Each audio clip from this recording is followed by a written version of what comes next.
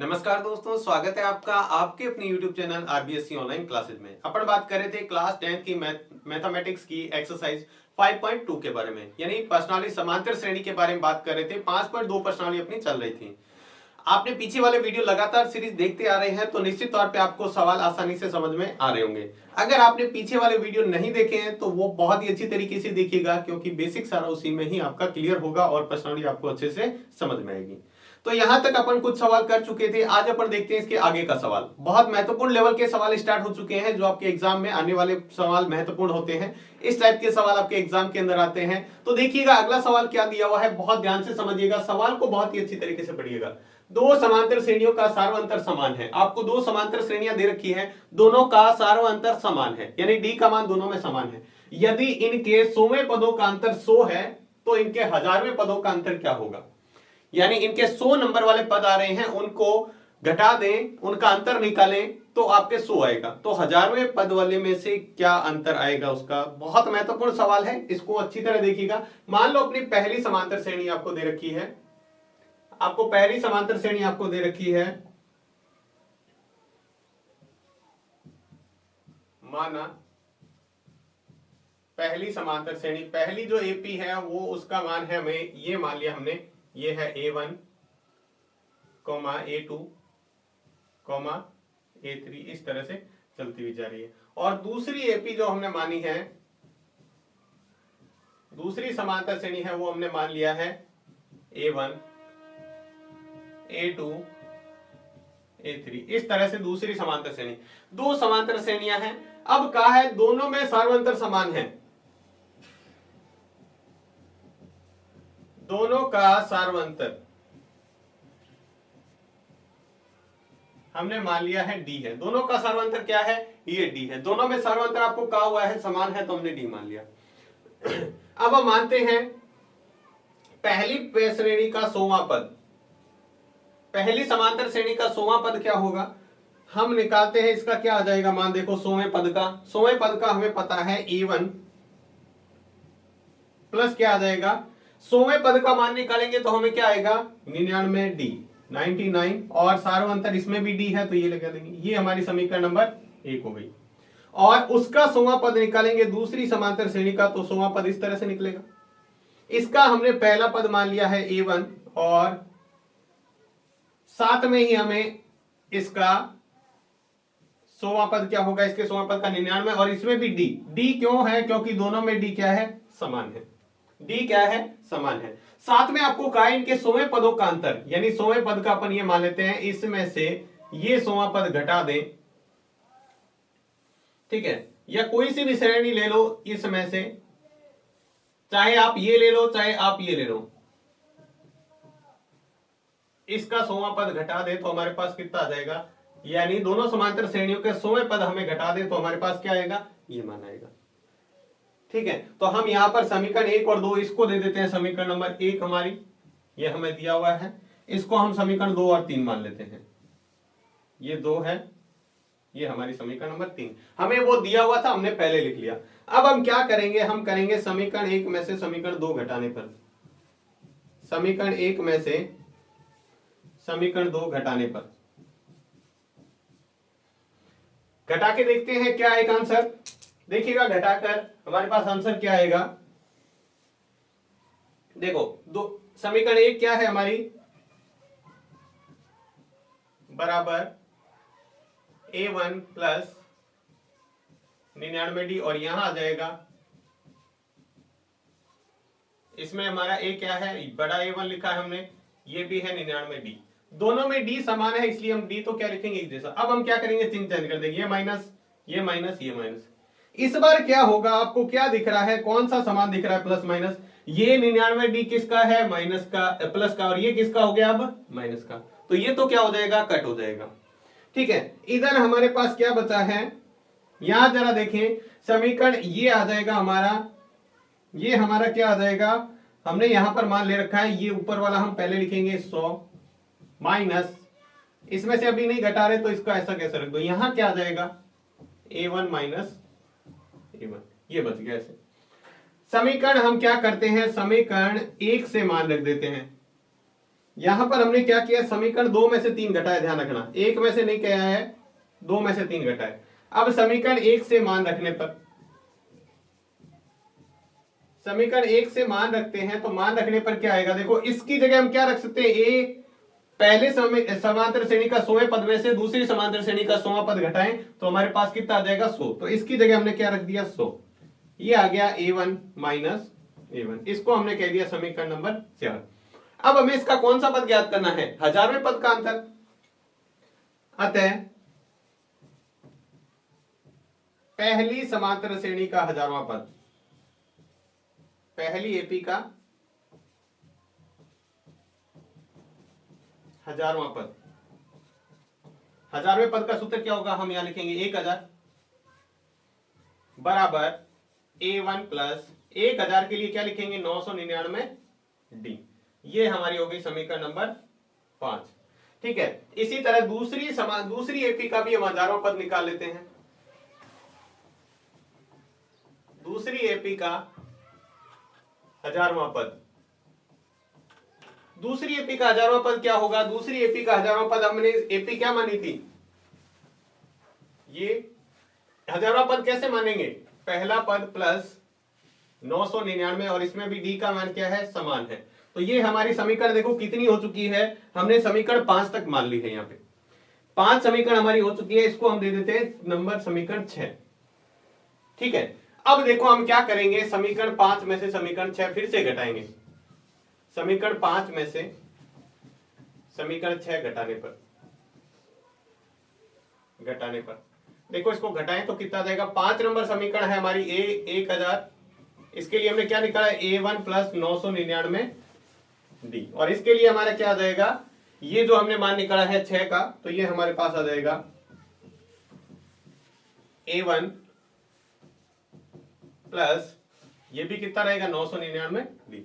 इसमें से घटाएंगे तो चिन्ह चेंज हो जाएगा, ये माइनस ये माइनस ये माइनस, जो कट रही है संख्या उसको काट देते हैं। ये देखो 999 डी प्लस का ये माइनस का, ये क्या हो गया, कट गया। कटने के बाद में हम क्या लिखेंगे, यहाँ पे यहां क्या बचा है, इस 1000 में से 1000 घटाएंगे तो ये आ गया a1 माइनस a1। ठीक है, इसमें हम क्या करते हैं, हमारी समीकरण 4 से मान रख देते हैं, 4 से हम मान रख देंगे तो देखो 4 नंबर हमारी समीकरण क्या थी, हमने इस a1 में से ये a1 देखो हमने निकाल रखा है, ये रहा, इस a1 माइनस ये 1 घटाते हैं तो कितना आएगा 100 आएगा, तो हम इसका मान रख देते हैं। तो यहां पर कितना आ जाएगा, इसकी जगह मान रखेंगे तो ये तो आ जाएगा पहली समांतर श्रेणी का 1000वां पद माइनस दूसरी समांतर श्रेणी का 1000वां पद बराबर, इसमें से घटाएंगे तो कितना रहेगा 100, यानी इनके 1000वें पदों का अंतर भी कितना रहेगा 100। अब यहां से एक छोटी सी ट्रिक ध्यान रखना, अगर किसी समांतर श्रेणी का, ये देखो ट्रिक ध्यान रखना, अगर किसी समांतर श्रेणी का डी समान है, दो समांतर श्रेणियों का डी समान है, यानी सार्वंतर समान है, सार्वंतर क्या है, समान है, तो उनके हमेशा कोई सा भी पद ले लो, जितना पहले पदों में अंतर होगा ना वही सभी पदों में अंतर होगा। पहले पद में मान लो अगर 10 का अंतर है तो दूसरे पदों में भी 10 का अंतर होगा, पहली समांतर श्रेणी का और दूसरी का तीसरे पदों में भी 10 का अंतर होगा, बराबर अंतर चलेगा। चाहे उसका 100वें पदों का अंतर ले लो, 1000वें पदों का अंतर ले लो, 10,000वें पदों का अंतर ले लो, अंतर क्या रहता है, समान रहता है। ठीक है, तो समांतर श्रेणियों का क्या रहता है, पदों का अंतर समान रहता है। कौन सा, जो पहले पद का है, पहले पद का वो अंतर समान रहता है। तो हमने इस सवाल में हमें देखा था ना, तो इतना लंबा हमने करके सॉल्व करके, अगर ज्यादा नंबर का है सॉल्व करके, हमें कह रखा है 100वें पदों का अंतर 100 है, तो 1000वें पदों का भी 100 रहेगा, पहले पद का भी 100 रहेगा, 50वें पद का भी 100 रहेगा, अगर 10,000वां पद कह देते तो भी क्या रहेगा, 100 ही रहेगा। ठीक है, चलिए इसका अगला सवाल देखते हैं। हाँ, ये महत्वपूर्ण सवाल है, इसको जरा ध्यान से देखिएगा। 13 नंबर सवाल दिया हुआ है, 3 अंकों वाली कितनी संख्याएं 7 से विभाज्य हैं, यानी 3 अंकों की कितनी संख्याएं 7 से विभाज्य है, हमें पता करना है। समांतर श्रेणी से इसको बहुत ही आसान से तरीके से हल करेंगे। तो आप मुझे जरा बताइए, 3 अंकों की सबसे छोटी संख्या कौन सी होती है, 100, और सबसे बड़ी संख्या कौन सी है, 999। इसको थोड़ा सा आप एक बार समझ लीजिएगा, आगे आपको समझ में आ जाएगा। अब हमें 7 से विभाज्य लेना है। कौन सी? 7 से विभाज्य। तो हम इसमें क्या करेंगे, क्या 100 में 7 का भाग जाता है क्या? नहीं जाता। तो इसको हम कट कर देंगे, पहली संख्या ये नहीं लेंगे। पहली संख्या हमें वो लेनी है जो 7 से विभाजित हो। हमें सवाल में क्या रखा है, 7 से विभाजित होनी चाहिए। तो 7 से विभाजित 101 में जाता है क्या भाग? नहीं जाता, पूरा पूरा भाग नहीं जाता। आप चाहे दे के देख लो, 100 में भाग देंगे जैसे, तो 7 एकम 7 बचा 3, ये जगह 7 चौके 28, तो 2 से इस पर आ रहा है, पूरा पूरा भाग नहीं गया। इसी तरह में 101 में देके देखेंगे तो भी नहीं जाएगा, 102 में देके चेक करें नहीं जाएगा, 103 में नहीं जाएगा, 104 में नहीं जाएगा, 105 में चला जाएगा। कैसे पता चला? देखो भाग करके देख लो आप। देखो 7 का भाग देना है हमें, तो 7 एकम 7, कितना बचा? 10 में से 7 जाएगा तो 3, ये 5 लिखा, 7 पंजे कितना होता है? 35। देखो पूरा पूरा भाग गया ना। तो जहां पर पूरा पूरा भाग जा रहा है वो हमें पहला पद लेना है। वो कौन सा लेना है? पहला पद। अतः हमें समांतर श्रेणी का कौन सा पद आ गया हमारे पास? जरा इसकी एपी निकालें, तो एपी क्या हो जाएगी? पहला पद 105, दूसरा पद कितना आएगा? 105 में 7 जोड़ दो, क्योंकि अगले 7 की गुणा हो रही है ना सवाल में, 7 से विभाज्य। तो अगली संख्या आप इस तरह से चेक करने से अच्छा है 7 जोड़ दो, तो कितना आ जाएगा? 112। 105 प्लस 7 कितने होंगे? 112। इस तरह से ये समांतर श्रेणी चलती रहेगी और इसका अंतिम पद भी हम ज्ञात करेंगे। जैसे 999 में नहीं जा रहा भाग, 999 में नहीं जा रहा, तो 998 में क्या इससे भी आगे चलेंगे क्या? अगर इसमें एक भी आगे बढ़ा दिया तो 10,000 हो जाएगा, जो 4 अंकों की संख्या है। देखो 1 2 3 4 अंकों की है, हमें 3 अंकों की कहा हुआ है, तो हम इसमें से क्या करेंगे? कम करेंगे। तो 998 लेके देखो, भाग देके देखो, इसमें जाएगा क्या? इसमें भी नहीं जाएगा। फिर हम देखे देखते हैं 97 चेक करते हैं, इसमें भी नहीं जाएगा। 996 चेक करके देखो, इसमें भी नहीं जाएगा। 995 चेक करके देखो, इसमें भी नहीं जाएगा। 994 इसमें चेक करके देखते हैं। आप भाग करके देख लो 994 में 7 का, आपको पता चल जाएगा। 7 एकम 7, पीछे बचा 2, ये 9 लिखा, 7 चौके 28, कितना बचा? 1, ये आ जाएगा 4, 7 दूनी 14, पूरा पूरा आ रहा है ना। तो इस तरह से हमें जो भाग जाएगा ना वो संख्या लेनी है हमें। तो इसमें भाग जा रहा है, तो ये हमारा अंतिम पद है। ये क्या है? हमारा अंतिम पद है। अब हमें क्या करना है? इसमें पदों की संख्या ज्ञात करनी है। वैसी ही समांतर श्रेणी बन गई है। अब ये कौन सा पद है इसका ज्ञात कर लो। तो चलिए हम ज्ञात करते हैं। इस समांतर श्रेणी का प्रथम पद कितना है? 105। सार्वंतर, सार्वंतर को किससे लिखते हैं? डी से। कैसे निकालते हैं सार्वंतर? दूसरे पद में से पहला पद घटाएंगे। तो 112 माइनस 105, हमें पता ही है कि 7 जुड़ रहा है, तो कितना आ जाएगा? 7। और an बराबर कितना है? an बराबर है 994। हमें क्या ज्ञात करना है? n का मान ज्ञात करना है। हमें क्या करना है? n का मान ज्ञात करना है। तो हम सूत्र लगाएंगे an बराबर a plus n minus 1 into D. हमने पहले ही बात कर रखी है, इस प्रश्नावली में सिर्फ और सिर्फ एक ही सूत्र काम में आ रहा है, इसके अलावा हमने कोई सूत्र काम में नहीं लिया है। मान रख दो an की जगह कितना रखना है? 994 बराबर a की जगह पहला पद कितना है? पहला पद हमने निकाल रखा है, ये रहा 105 प्लस n माइनस 1। n तो हमें ज्ञात करना है, n हमें ज्ञात करना है ना, पदों की संख्या तो। और उसके बाद में हमारा है d। d का मान कितना है? 7। सीधा सा पक्षांतर करो, 105 को इधर लाएंगे तो 994, 105 को इधर लाएंगे तो किस में आएगा? माइनस में। इधर प्लस का है, तो 105 बराबर n माइनस 1 इंटू डी का मान कितना है? 7। अब 994 में से 105 घटाएंगे तो कितना आ जाएगा? ये आ जाएगा 9।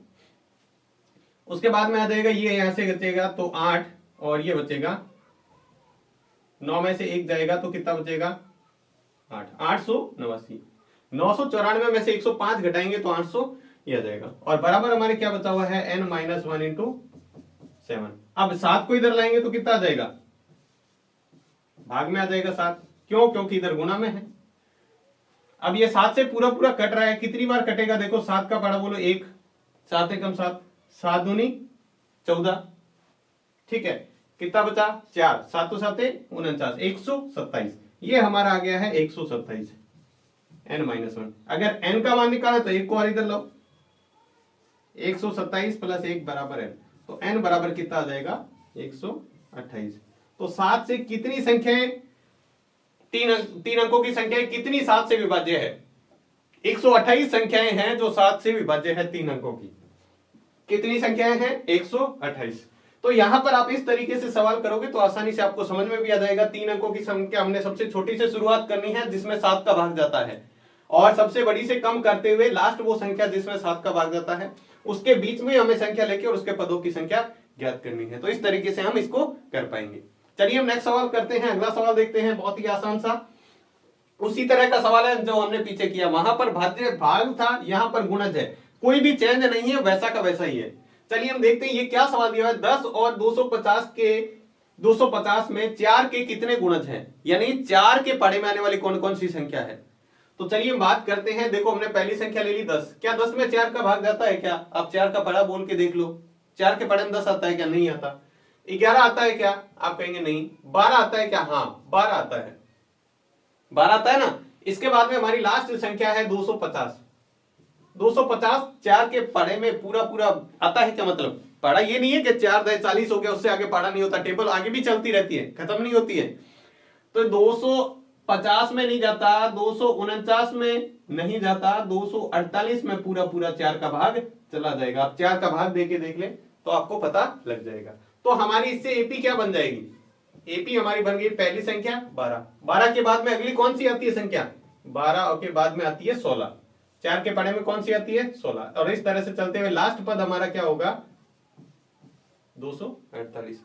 फिर बाकी सवाल तो वैसा का वैसा ही है जो हमने पीछे किया है, बिल्कुल आसान सा। सबसे पहले हम लिखेंगे इसका प्रथम पद। प्रथम पद कितना है? 12।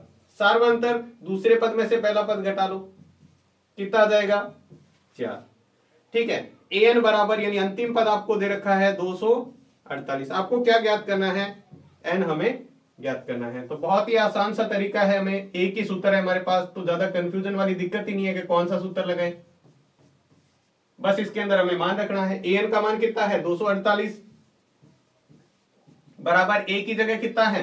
a का मान ये रहा, हमने निकाला 12 प्लस n तो हमें ज्ञात करना है ना पदों की संख्या तो, और d का मान कितना है? 4। बस इसको बहुत ही आसान से तरीके से आप हल कर सकते हो, जैसे हमने पीछे वाला सवाल किए हैं उसी तरह। 12 को सबसे पहले इधर लाएंगे माइनस में, और ये यहां पर 4 गुणा में। 48 में से 248 में से 12 जाएगा तो कितना बचेगा? 36। 236 बराबर n-1 इंटू डी का मान कितना है? 4। अब 4 को इधर लाए तो कितने आ जाएगा? 4 आएगा भाग में। 4 किस में आएगा? भाग में। और 4 का भाग कर दो, ये पूरी पूरी संख्या कट रही है 4 से।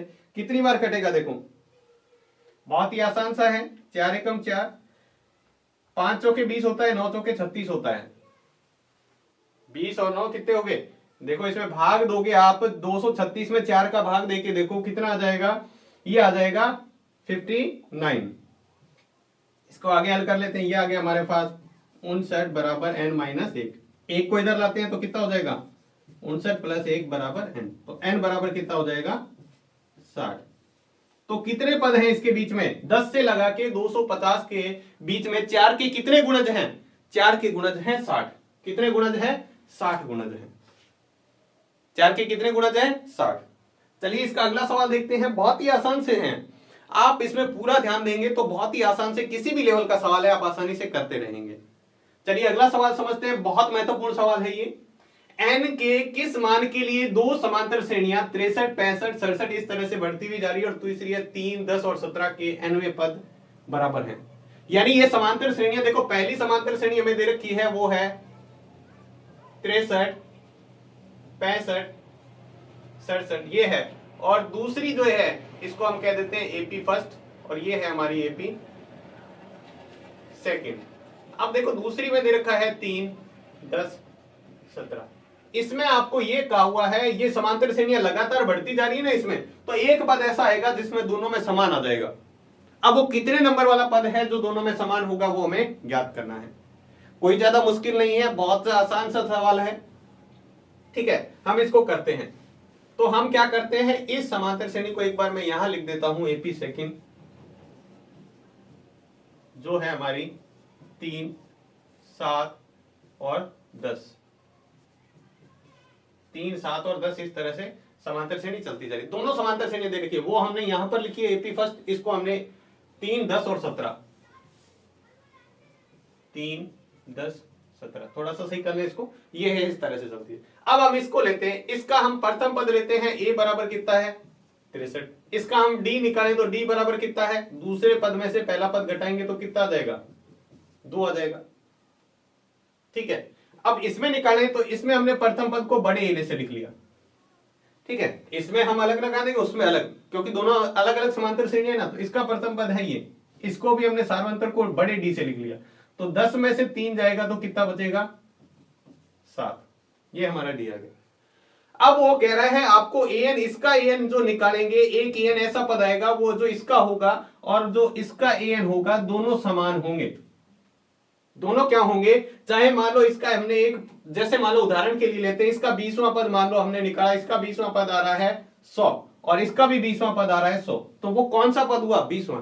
तो देखो यहां पर an का मान समान आ रहा है ना, an का मान क्या आ रहा है समान, तो हम यही तरीका लगाते हैं। यहां पर हम इसका मानते हैं जो पद समान है, ठीक है, तो इसको हल करते हैं। तो देखो यदि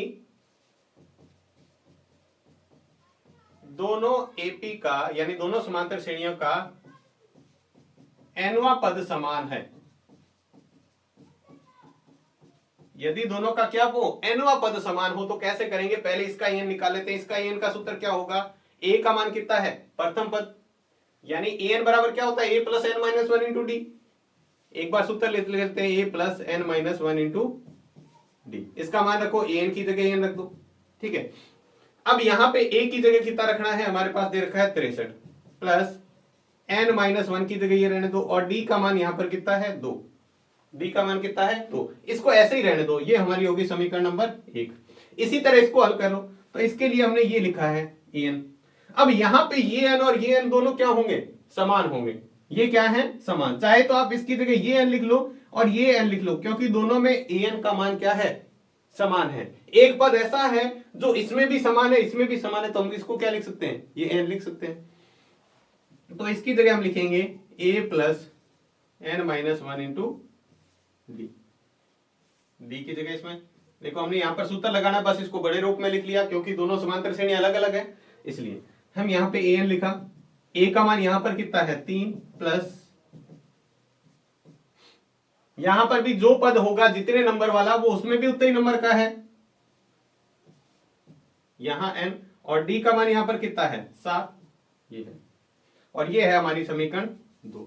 अब प्रश्नानुसार हम क्या करेंगे, समीकरण 1 व 2 से, समीकरण 1 व 2 से तुलना करें तो इधर भी n आ रहा है, इसमें इधर भी आना है। अगर ये वाली साइड बराबर है तो ये वाली भी साइड बराबर होगी। जैसे उदाहरण लेते हैं, अगर x बराबर मान भी 2 आ रहा है और y का मान भी 2 आ रहा है, अगर x का मान भी 2 आ रहा है y का मान भी 2 आ रहा है, तो क्या आप ऐसा कह सकते हैं क्या x और y बराबर है, बिल्कुल कह सकते हैं। क्यों कहा आपने, क्योंकि इधर वाली साइड क्या थी बराबर थी। तो यही हम यहां पर लगाते हैं, और इसका मान जो है 63 plus N minus one into 2, और इसको लिखा है 3 प्लस एन माइनस इंटू 7, दोनों को बराबर रखते हैं। तो देखो यहां हमने लिखा 63 plus N minus one into 2, दूसरे को भी बराबर रखना है 3 plus N minus one into 7, बस दोनों को पक्षांतरण करके हल कर लो, आपका आंसर आ जाएगा। यहां 63 है, ठीक है, संख्या संख्या एक तरफ कर लेते हैं, पहले 63 को इधर लाते हैं, ये आ गया 63, इस 3 को इधर लाएंगे तो माइनस का बराबर n minus one into 7 minus, इसको मैं इधर ले जा रहा हूं तो ये क्या रहेगा एन माइनस वन इंटू 2, इसको पूरे को भाग को मैं उठा के उधर ले गया ना, तो वो पूरा क्या जाएगा माइनस में, 63 में से 3 गया तो कितना बचा 60। इसकी एक बार अंदर गुणा करा देते हैं दोनों से, तो n को 7 से गुणा करेंगे तो 7n, और 7 को 1 से गुणा करेंगे तो 7, माइनस n को 2 से गुणा करेंगे तो 2n, माइनस 2 को 1 से गुणा करेंगे। इसका थोड़ा सा हल कर लेते हैं, देखो ये बाहर माइनस है तो माइनस के अंदर गुणा करेंगे तो माइनस का 2n हो जाएगा, और ये माइनस और माइनस क्या हो जाएगा प्लस का 2, इधर हमारे क्या है 60। अब आपको इसको सॉल्व करना है, सिंपल कैलकुलेशन करके n का मान निकाल देंगे। तो देखो यहां 60, ये 7n है, ये माइनस का 2 है, कितना बचेगा 5n, ये 2 प्लस का है, यहां पॉइंट नहीं है ध्यान रखना, ये 7 माइनस का है 2 प्लस का है, तो कितना आ जाएगा माइनस का 5, क्योंकि एक संख्या प्लस की और एक संख्या माइनस की, सिर्फ संख्या संख्या आपस में जुड़ और घट सकती है, n वाला पद सिर्फ n के साथ जुड़ और घट सकता है। तो हमारी क्या, फिर से 5 को इधर लाओ तो कितना हो जाएगा 60 प्लस 5 बराबर 5n, क्योंकि ये 5 इधर प्लस का माइनस का इधर आएगा तो प्लस का, ये आ गया 65। अब ये 5 n के साथ क्या है, गुणा में इधर लाएंगे तो भाग में, ये पूरा पूरा कट रहा है 13 बार, तो n बराबर क्या आ गया 13। तो आपसे पूछा था कौन सा पद समान होगा, तो दोनों का 13 नंबर वाला पद है वो समान होगा। जरा दोबारा से देख लीजिएगा, अच्छी तरह समझ लीजिएगा कि दोनों का 13वां पद क्या होगा। इसका भी पहला, दूसरा, तीसरा, चौथा, पांचवा, छठा, सातवां, आठवां ऐसे निकालेंगे, तो जो 13 नंबर पे पद आएगा, जितना मान है 13 नंबर पे, इस समांतर श्रेणी में भी जो 13 नंबर आएगा, दोनों क्या होंगे, समान होंगे। दोनों पद क्या होंगे, समान। आपसे यही पूछा था कि n वे पद बराबर हो तो आपको क्या करना है, n के किस मान के लिए दोनों पद समांतर श्रेणी में, यानी n के किस मान के लिए, तो n का मान 13 के लिए।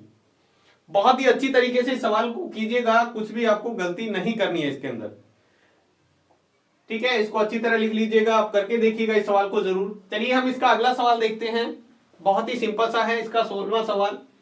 एक एपी ज्ञात कीजिए, समांतर श्रेणी आपको ज्ञात करनी है। ऐसा कहा हुआ है जो कम से कम आपको 3 या 4 पद आपको समांतर श्रेणी के निकालने हैं पहले से, जिसका तीसरा पद दे रखा है, यानी आपको दे रखा है तीसरा पद क्या है 16 है, और आगे कह रखा है वापस वैसी बात, 7वां पद 5वें पद से 12 अधिक है। हमने ऐसा सवाल पहले किया था ना, यानी हम क्या करें, अगर 7वें पद में से 5वां पद घटा दें तो हमारा उत्तर कितना आना चाहिए 12।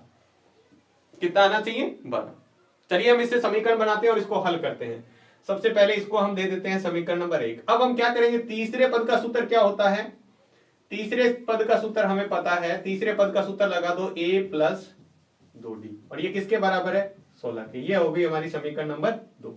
अब 7वें पद का सूत्र क्या होता है, a7 बराबर होता है a प्लस 6d, ठीक है। यहां जितना पद है उससे एक कम लिखते हैं, ये हमारी होगी समीकरण नंबर 3। और 5वें पद का भी निकाल लेते हैं, तो a प्लस कितना जाएगा 4d, ये हो गई समीकरण नंबर 4। हमें देखो ये घटा रहे ना, तो इन दोनों का सूत्र लगा दिया। अब हमें क्या करना है, a7 में से 5 घटाए, तो हम भी क्या करते हैं, समीकरण 3 में से समीकरण 4 घटाने पर, समीकरण 3 में से समीकरण 4 घटाने पर, समीकरण 3 में से समीकरण 4 घटा देते हैं। ये रही हमारी समीकरण 3, इसको लिख लो, a प्लस 3 में से 4 घटाना है, ये रहा a7 बराबर a प्लस 6d, और ये है a5 बराबर a प्लस 4d। घटाने के लिए हम क्या करेंगे, दोनों का चिन्ह चेंज करेंगे, ये माइनस ये माइनस ये माइनस, तो ये तो क्या हो जाएगा, a से a कट जाएगा, क्योंकि एक प्लस का एक माइनस का, तो ये तो कट गया। यहां हमारे पास बचा क्या है वो लिख लेते हैं, ये आएगा इधर a7 माइनस a5। ध्यान रखना यहां पर आप गलती क्या करते हो, यहां पर क्या लिख देते हो a2, या तो इसमें से घटा के सिर्फ 2 लिख देंगे, वो भी गलत है, क्योंकि बच्चे क्या करते हैं 7 में से 5 घटा देते हैं। ये बहुत माइनर सी मिस्टेक है, लेकिन बहुत अच्छी तरीके से ध्यान रखिएगा, इससे पूरा आगे सवाल गलत हो सकता है। और या फिर क्या लिख देते हैं a2 लिख देते हैं, वो भी क्या है गलत। तो हमें ऐसा नहीं लिखना है, हमें क्या लिखना है, जो a7 में से हम कह रहे हैं a5 घटा रहे हैं, बस यही लिखना है आपको। और बराबर आप क्या कर रहे हो, 6d में से 4d घटा रहे हो, तो कितना बचा है 2d। तो ये हम यहां पर लिख लेते हैं, वापस से मैं एक बार लिख लेता हूं, ये यहां ऐसा आया है a7 माइनस a5 बराबर 2d। कितना है 2d। अब हमें दूसरी समीकरण ये बता रही है हमें कि पहली समीकरण हमें क्या बता रही है कि a7 माइनस a5 की जगह हम क्या रख सकते हैं 12। तो हम लिखते हैं समीकरण 1 से मान रखने पर, 1 से मान रखने पर, तो इसकी जगह हमने रख दिया 12 बराबर 2d। तो 12 में हम क्या करेंगे, 2 का भाग देंगे, क्योंकि 2 इधर गुणा में इधर आएगा तो भाग में, तो d बराबर हमारे पास क्या आ गया 6। 12 में 2 का भाग देंगे तो 6। अब देखिए इस d का मान जो हमने निकाला है, इस d के मान को किस में रखेंगे, d के मान को हम रखेंगे समीकरण नंबर 2 में। इस समीकरण में हम इसका मान रखेंगे, तब हम क्या कर पाएंगे, इसका मान निकाल पाएंगे। ये जो हमारी समीकरण है ना, इसके अंदर मान रखेंगे। ये समीकरण दी इसलिए थी कि हम इसको आसानी से सॉल्व कर पाए। अब देखो एक में तो d का मान ही नहीं आ रहा, तो हम इसमें रख नहीं पाएंगे। अगर आप इसमें रख के कोशिश करोगे तो मान नहीं निकलेगा, क्योंकि इसमें 2 अज्ञात राशियां हैं, एक ये है और दूसरी ये है। तो d का मान रखोगे तो ये 7 के रूप में रह जाएगा, तब भी अपन हल नहीं कर पाएंगे। तो हमें क्या करना पड़ेगा, हमें सिर्फ और सिर्फ इसमें समीकरण में, ये इसीलिए इंपॉर्टेंट सवाल है कि इसका d का मान हम समीकरण में कौन सी में रखना है, 2 नंबर में। तो हम रखते हैं d बराबर 6 समीकरण 2 में रखने पर। तो रखते हैं 2 में। 2 समीकरण क्या है, ये रहा, a की जगह तो ये रखेंगे प्लस 2 गुणा d का मान क्या है 6 और बराबर कितना है 16। हमने सिर्फ इस d की जगह मान रख दिया ये, तो ये कितना हो जाएगा a प्लस 6 को 2 से गुणा करेंगे 12 बराबर 16। हमें तो a का मान निकालना है, 12 को इधर भेज दो तो कितना आ जाएगा हमारे पास, a बराबर आ जाएगा 16 में से 12 जाएगा तो कितना आ जाएगा 4। हमारे पास प्रथम पद आ चुका है, हमारे पास d भी आ चुका है, हमारे पास पहला पद भी आ चुका है। अब हम क्या करना है, हमें करना है समांतर श्रेणी के पद ज्ञात करने। तो वो तो आपको आता ही है, देखो कैसे हम निकालेंगे प्रथम पद। a बराबर क्या होता है, a होता है और जो मान है हमारा 4। a2 क्या होता है, पहले पद में हम d जोड़ देते हैं तो हमारे पास दूसरा पद आ जाता है। पहला पद 4 है और d का मान 6 है, तो ये कितना आ जाएगा 10। तीसरा पद हम कैसे निकालते हैं, दूसरे पद में अगर d जोड़ दें तब भी हमारा अगला पद आ जाता है। तो ये है हमारा पीछे वाला पद, दूसरा पद है 10, 10 में 6 जोड़ देंगे तो कितना आ जाएगा 16। देखो हमने क्या किया था, पहले समांतर श्रेणी में दे रखा था हमें कि तीसरा पद 16 है, ये तीसरा पद हमें दे रखा था 16 है, ये रहा तीसरा पद, और हमने यहां पर निकाला तब भी तीसरा पद कितना आ रहा है 16। अगर यहाँ पे अगर अपने कोई चेंज आ जाएगा तो हमारा सवाल क्या हो सकता है, गलत। और चौथा पद हम निकाले तो तीसरे पद में हम d जोड़ देते हैं। तीसरा पद है हमारा 16, 16 में d का मान जोड़ेंगे 6 है, कितना हो जाएगा 22। तो हमारी एपी क्या हो जाएगी, समांतर श्रेणी ये हो जाएगी 4, 10, 16, 22 और इस तरह से चलती रहेगी। तो ये था हमारा बहुत ही इंपॉर्टेंट 16 नंबर सवाल। उम्मीद है आज के सवाल आपको अच्छे से समझ में आ गए होंगे। और आज के सवाल हैं जो, ये सवाल आपके एग्जाम की दृष्टि से बहुत महत्वपूर्ण है। इनको अच्छी तरीके से आप यहां समझने के बाद में अपनी कॉपी में सॉल्व करके जरूर देखें। आप कॉपी में खुद सॉल्व करके देखेंगे तब आपको पता चलेगा आपको कितना समझ में आया, क्या क्या डाउट है। वहां डाउट है, फिर से आप उस वीडियो में उस डाउट को वापस क्लियर कीजिएगा, वीडियो को दोबारा देखिएगा, जहां पर आपको डाउट है वहां पर देख सकते हैं और उस डाउट को क्लियर कर सकते हैं। उम्मीद है आपको सब कुछ प्रश्नावली में सारे सवाल अच्छे से समझ में आ जाएंगे। तो आज की वीडियो में बस इतना ही। वीडियो आपको कैसा लगा हमें कमेंट बॉक्स में लिखकर जरूर बताएं। अगर आपको वीडियो अच्छा लगा है तो इसको लाइक जरूर करें। आज की वीडियो में बस इतना ही, धन्यवाद।